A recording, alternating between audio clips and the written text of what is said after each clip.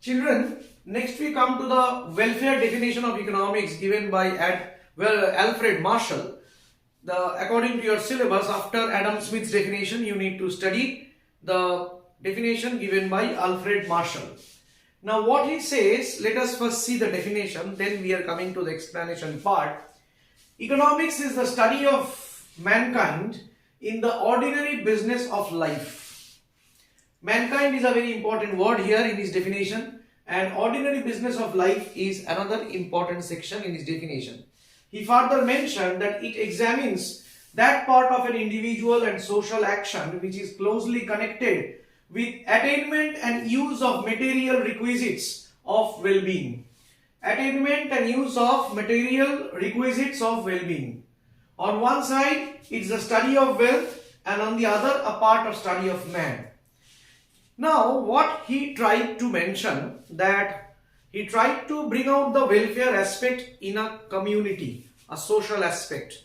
Mankind, he spoke about mankind, okay, where he mentioned that the main stress goes on people's means people apostrophe s, behavior.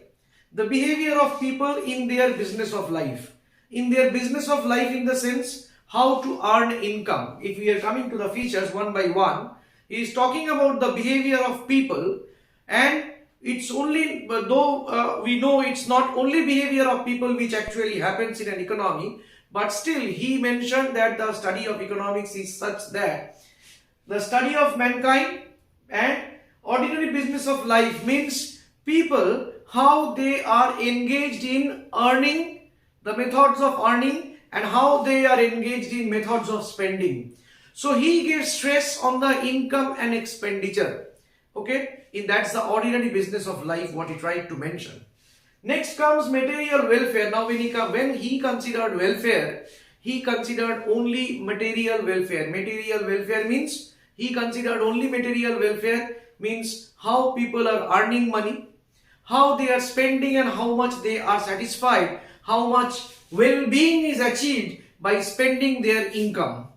But to be very frank, well-being or welfare does not restrict itself to the material gains only. There are many non-material aspects that are considered in the welfare definition or welfare aspects. Now let us come to the features.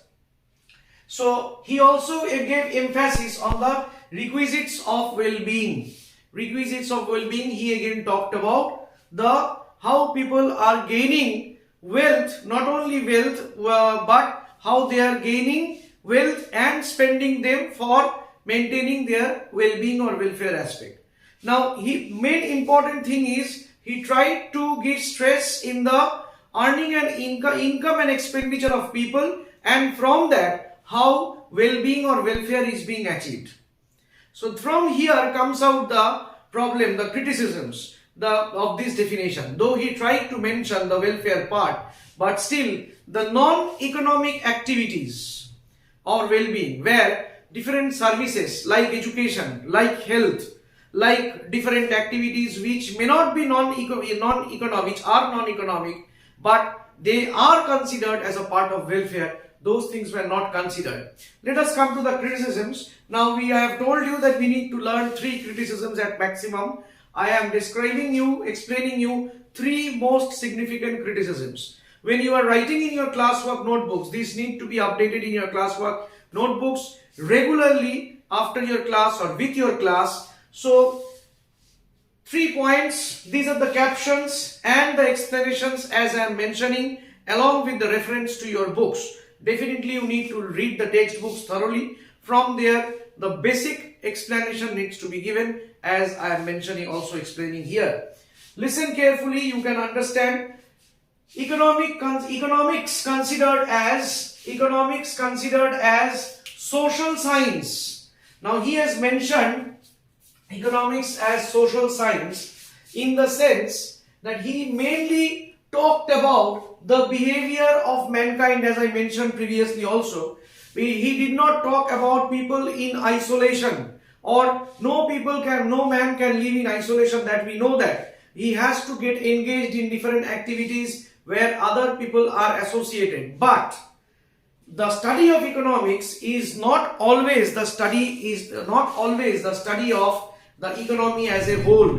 There are restrictions, there are theories, there are situations where the subject has to study about an individual behavior, maybe as a consumer, maybe as a producer. So those behavior are also associated with the study of economics, but he only considered as economics as a social science, where always he concentrated on the togetherness of people. Okay, material aspect. Another criticism is material aspect, that we were talking so long, that material aspect was only considered how people are earning, how people are spending, and then the concept of welfare coming up from that material gains. The non-material aspects, as we were talking, even in economics, when we are if you consider about earning of the people, certain goods, if you consider some goods which has no moral significance, even those became a part of economic studies. Okay, certain goods, drugs. Okay, drugs means I'm not referring medicines, I'm referring to addictions. But those are parts of the goods of the economy which are produced, but they do not contribute to the social welfare. So economics is not only considered with the materialistic part, but also non-material things like services of doctors, services of lawyers, services of a teacher. All these things are part of economic activities which were not considered in his definition. His definition only considered the material gains and how they are spent for welfare of the people. So these are the features and the criticisms all of Alfred Marshall's definition of economics. We need to study the definition as exactly he has told. You need to memorize. First you have to study it, understand it. You have to write it down in your classwork notebooks, and then the features need to be written, the caption, and a very basic explanation. Maybe one sentence maximum, not more than that. At maximum you can, if you want to explain in more than one sentence, 2 sentences. Don't make it elaborate, because time management is a big part in your ISC or class 11 syllabus. Okay, study of ordinary business of life, study of material welfare, emphasis on requisites of well-being. 4 features maximum. Okay, if for a long question, if you are asked, explain the features of welfare definition by Alfred Marshall, then for 6 marks you are supposed to write 4 points along with the captions and explanations. Okay, half marks for the captions and 1 mark for the explanation. So 1.5 for each point into 4 points, you get 6 marks in total. So that's the way the marks is being distributed or considered while marking. So study the features nicely, and criticisms according to the scope of your syllabus. You need to know at maximum 3 criticisms. So the basic or the significant criticism talked about of the definition has been discussed. So study nicely, listen to the explanations properly, read the text, and after that, if you still have any queries, you can definitely ask me.